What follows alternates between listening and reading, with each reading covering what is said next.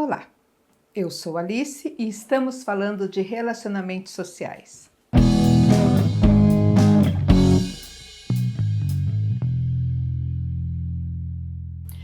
Muitas pessoas me perguntam quais são as oportunidades de crescimento na área para quem trabalha na área de assistência social. Então a gente precisa entender os princípios, a estrutura dos serviços. Primeiro, a gente presta um serviço público, mas temos um termo de parceria junto à prefeitura do município para executar aquele serviço.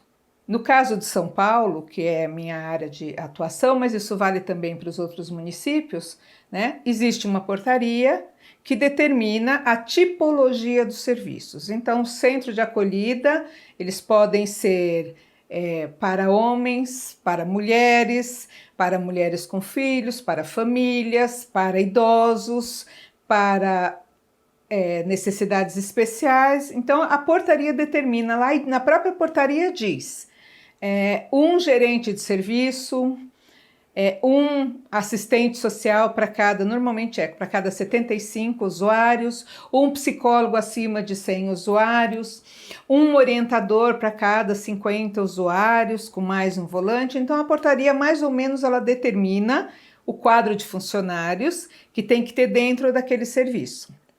E aí, baseada na portaria, saem os editais de chamamento público, né? E no edital diz: vamos abrir um chamamento para as organizações sociais se candidatarem, apresentarem as suas propostas, o seu plano de trabalho, e vai ser, por exemplo, um centro de acolhida para homens na região de Pinheiros, com capacidade para 100 usuários dia, 100 usuários noite, 50 dia, normalmente a porcentagem do dia é metade da noite.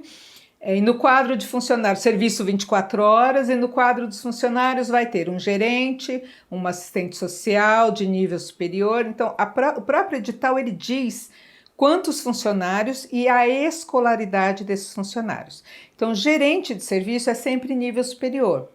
Alguns serviços especiais, eles dizem um gerente formado em serviço social, um gerente advogado. O próprio edital já diz, mas na maioria é de nível superior.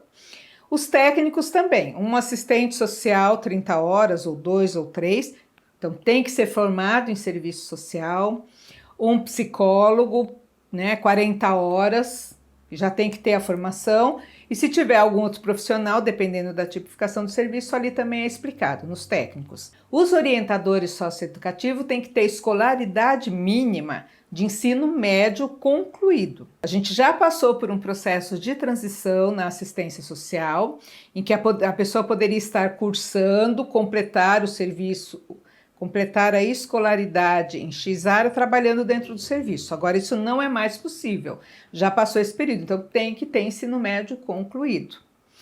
Aí, cozinheiro tem que ser ensino fundamental concluído.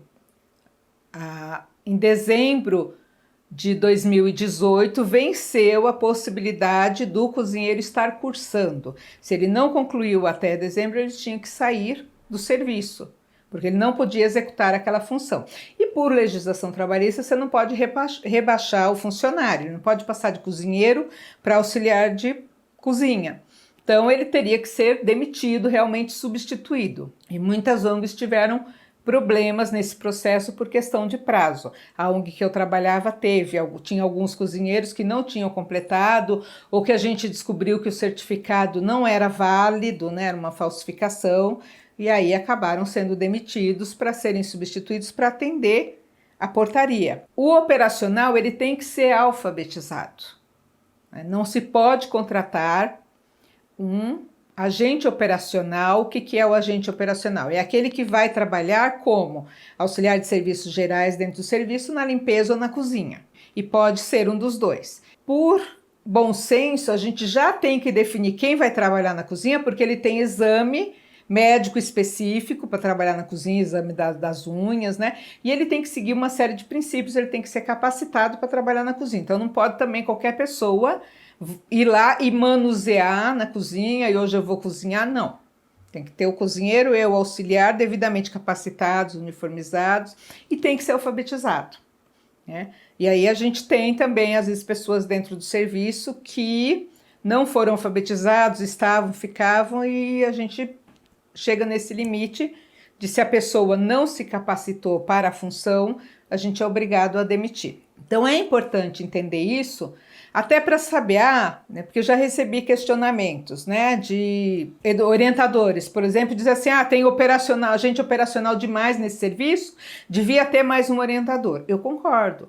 E a gente luta e discute dentro das políticas de assistência social para ter os profissionais adequados àquele atendimento. Porque quando a prefeitura solta a portaria, o edital, ela não leva em conta doença, ela não leva em conta férias, né? Quando você tem que dar férias para o funcionário, o quadro fica descoberto, você precisa fazer um remanejamento, isso não é levado em conta. A legislação trabalhista, na hora em que a prefeitura publica a sua portaria, ela não leva em conta, mas a organização que é a contratante é obrigado a seguir. Então, sabendo disso, está lá. Não sou eu que digo, eu, gerente, que vou dizer que vai ter 8 orientadores, que vai ter 2 por plantão, que vai ter 1. Isso já vem determinado e a gente tem que se adequar dentro daquilo que está delimitado. E a escolaridade também está nessa perspectiva. Aí fala assim, mas tem oportunidade de crescimento na área? Tem.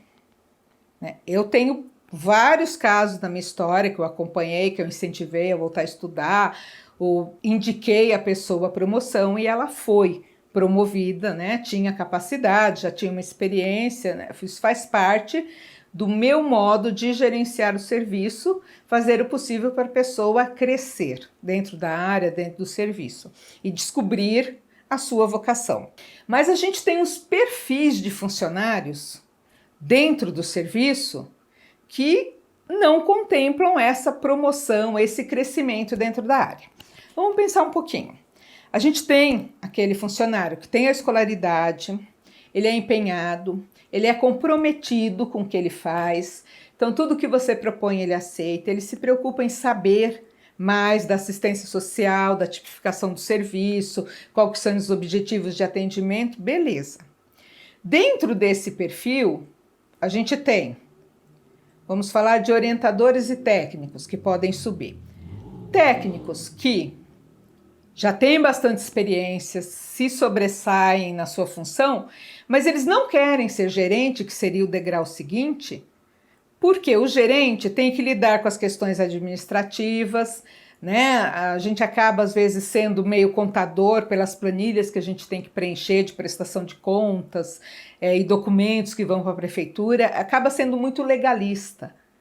E eu conheço técnicos que falam assim, não, eu me formei para ser assistente social, para ser psicólogo, para ser pedagogo, ou outra formação, e eu quero atuar nesta área. Eu me formei para trabalhar com os usuários. Né? Tenho uma boa articulação com a equipe para desenvolver o trabalho com os usuários, não para gerenciar o serviço. Eu não quero me preocupar se tem comida, se não tem, e fazer cardápio e ir nas reuniões que a prefeitura chama, que a supervisão chama. Não quero. É uma pessoa consciente daquilo que ela quer na caminhada. Está satisfeita ali. Tem orientadores que também são assim. Até tem um nível superior, mas fala assim, não, eu gosto de ser orientadora. Eu conheci uma orientadora de CEAS, que ela falou, Alice, está perfeito para mim. Eu fui conversar com ela sobre uma promoção, ela falou, não, eu trabalho no período de tarde para a noite, que é ótimo para mim, porque eu tenho sono, eu tenho problema para dormir, então eu trabalho até as 10 da noite e eu sou produtiva nesse horário. É uma jornada de 6 horas que me permite fazer outras coisas, não faz mal que eu trabalho fim de semana, feriado, mas eu gosto do que eu faço, eu gosto de estar na rua, e se eu virar uma técnica, eu não estarei tanto na rua como é a minha atuação hoje de orientadora de CEAS, eu estou satisfeita com o que eu faço. E a gente tem que entender isso, tem que respeitar. Existe, né, uma suposição que quando a pessoa não quer crescer, ela não está comprometida. Isso não é verdade. Eu acho que uma pessoa que chega nesse nível de maturidade, de saber que ela não quer, ela sabe até que ponto ela quer e o que ela quer fazer da vida dela, e isso é muito legal. E a gente tem pessoas que são empenhadas, comprometidas, né, e querem crescer. Não, eu quero ser promovido, eu quero ser um técnico, mas não se esforça para isso. Então, dentro do serviço tem, por exemplo, orientadores socioeducativos que são formados em serviço social e estão trabalhando não como técnico, mas como orientadores. Aí ele falou assim, não, eu quero crescer na empresa, né? Eu quero virar um técnico, quanto que vão me dar oportunidade? Mas não se preocupam em estudar mais, em conhecer mais do serviço, faz ali o feijão com arroz, o de todo dia, só o que é da função dele e nada mais do que isso. Não se preocupam, que é um grande problema, aprimorar a escrita, porque técnico tem que fazer relatório, gerente tem que fazer relatório, tem que escrever, né, bem, a gente espera que escreva bem. Aí você manda um orientador para um processo seletivo de técnico em serviço social e a pessoa faz uma redação nada a ver, comete erros de português que nem o funcionário de ensino médio a gente não deveria aceitar. Faz lá as ocorrências no livro de ocorrência numa linguagem não apropriada e não se preocupa. E depois fala assim, não, porque a organização não me dá oportunidade. Porque eu já até fui indicada algumas vezes, participei do processo, mas não quis ser cartas marcadas. Eu já escutei muito isso. Né? Com cartas marcadas, manda a gente lá só pro forma, só para dizer que mandou. Não. Porque eu também conheço pessoas que eram orientadores socioeducativos, passaram a técnico, tinham a escolaridade e tinham um esforço em aprender, em se aprimorar, né? E até tem um perfil de liderança, porque também tem isso. Às vezes eu tenho a pessoa formada, mas ela não tem perfil de liderança. Um outro caso, uma orientadora que também era formada, muito boa, escrevia muito bem, mas completamente fechada. Quase não se colocava, quase não dialogava, fazia ali o de todo dia também, fazia muito bem como orientadora socioeducativa, mas se ela tem dificuldade de se colocar, de conversar, de trocar as ideias, até de perguntar, como que ela vai ser técnica liderando uma equipe para o atendimento do usuário?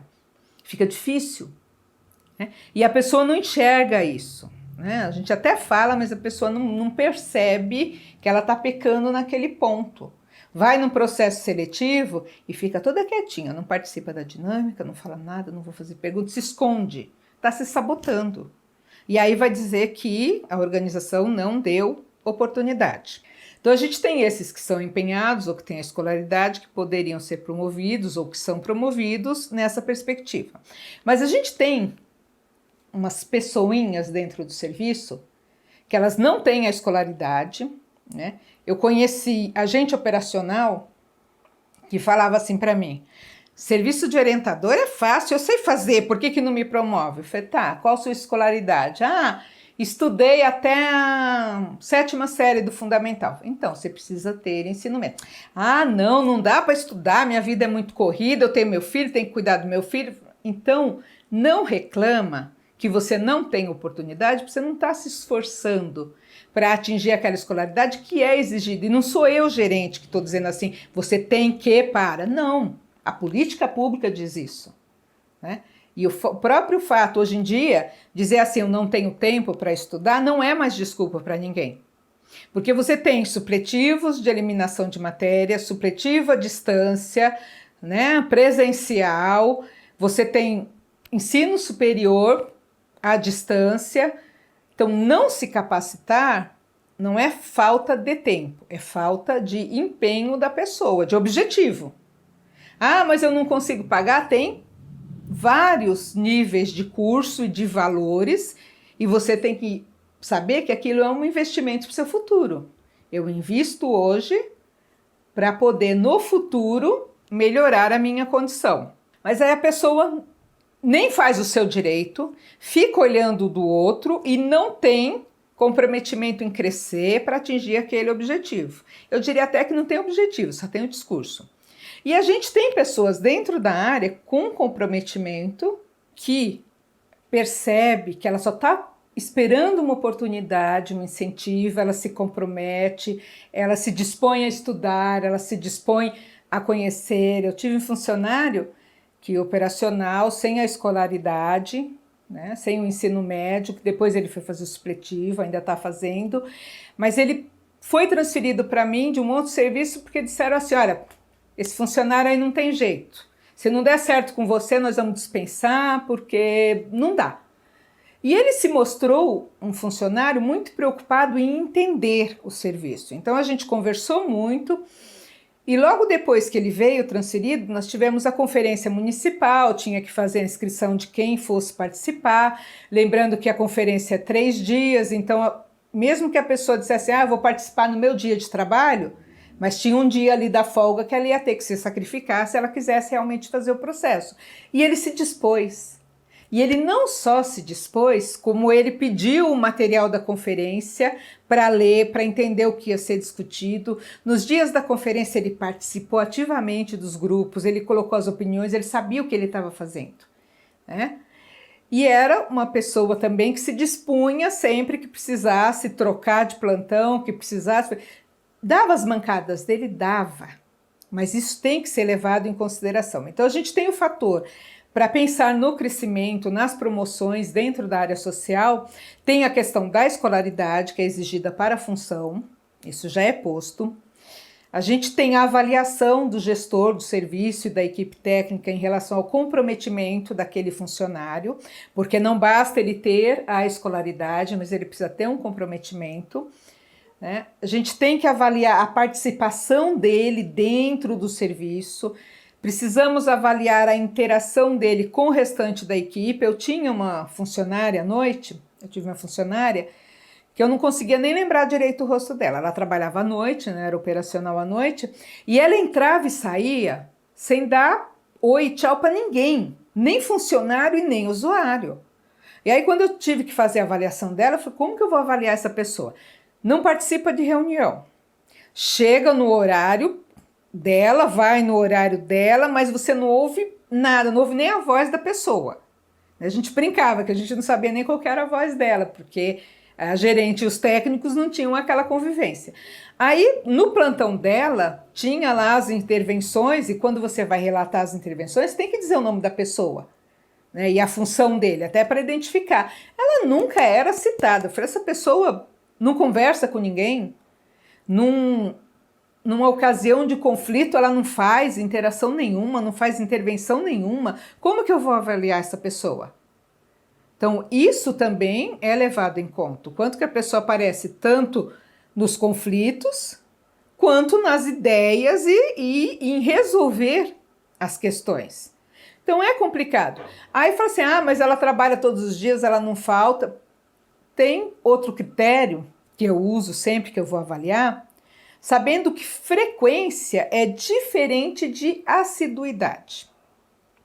Você fala assim, a pessoa é frequente, o funcionário ele é frequente, ele não falta. Beleza, né? Quase não traz atestado, o plantão dele designado está sempre ali, ele chega e entra na hora correta, beleza. Mas tem funcionário que também chega, trabalha todos os dias, só que ele banco esperto. Ele é frequente. Ele tá lá, bateu o cartão, você vai tirar o ponto dele, tá lá, 12 horas trabalhada, tudo certinho, no dia certo. Só que ele banco malandro, né? No plantão da noite, geralmente isso acontece à noite porque o gerente não tá, né? Então as pessoas abusam um pouco mais. E tem a questão também, a gente leva em conta o trânsito, o horário, o contrafluxo, às vezes é mais difícil chegar, um lugar que você levaria 1 hora, durante o dia, em outros horários, você vai levar 1h30, porque é o horário em que o povo está voltando do trabalho ou indo para a escola, tem maior movimento nos transportes públicos, isso também é levado em conta. Mas a pessoa chegava atrasada quase todos os dias. O horário dela era às 19h, ela batia o cartão às 19h30, 19h40, 19h50. Só que como ela bancava a esperta, ela só saía no outro dia quando completasse as 12 horas. Então, se ela entrou às 19h30, ela só saía às 7h30. E só eu olhando o dia a dia no ponto, e às vezes não dá tempo de fazer isso pelo número de funcionários que a gente tem, que eu percebia que ela tinha entrado mais tarde. E tinha lá um acordo com a colega, que a colega também não manifestava. Então, bancando o esperto, mas se a gente vai fazer uma avaliação de funcionário, você acaba pegando esses pontos. Vocês falam lá, uma funcionária que... Essa, por exemplo, já estava numa escolaridade acima, estava estudando, legal. Chegava tarde, saía mais tarde para bancar esperta.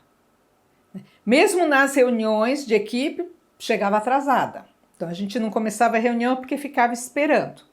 Aí você fazia um evento, né, que fosse para captar recursos ou um evento dentro do serviço, essa pessoa nunca vinha, nunca se disponha, nunca participava. Você faz uma rifa, a pessoa nunca participa. Isso é comprometimento? Se ela tivesse qualquer probleminha dentro do plantão, já quero ir embora, já não resolvo. Não pegava as coisas para resolver. Alguns funcionários são assim, né? Eu tô falando de uma pessoa, mas são vários que fazem isso ao longo da jornada. Então, o fato de estar presente todos os dias não quer dizer que a pessoa é um bom funcionário. Porque ela pode estar presente, marcou o cartão direitinho, mas está dormindo lá no banheiro.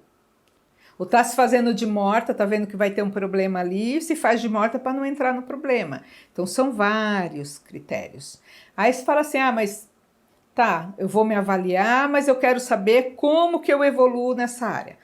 Tem que procurar informações.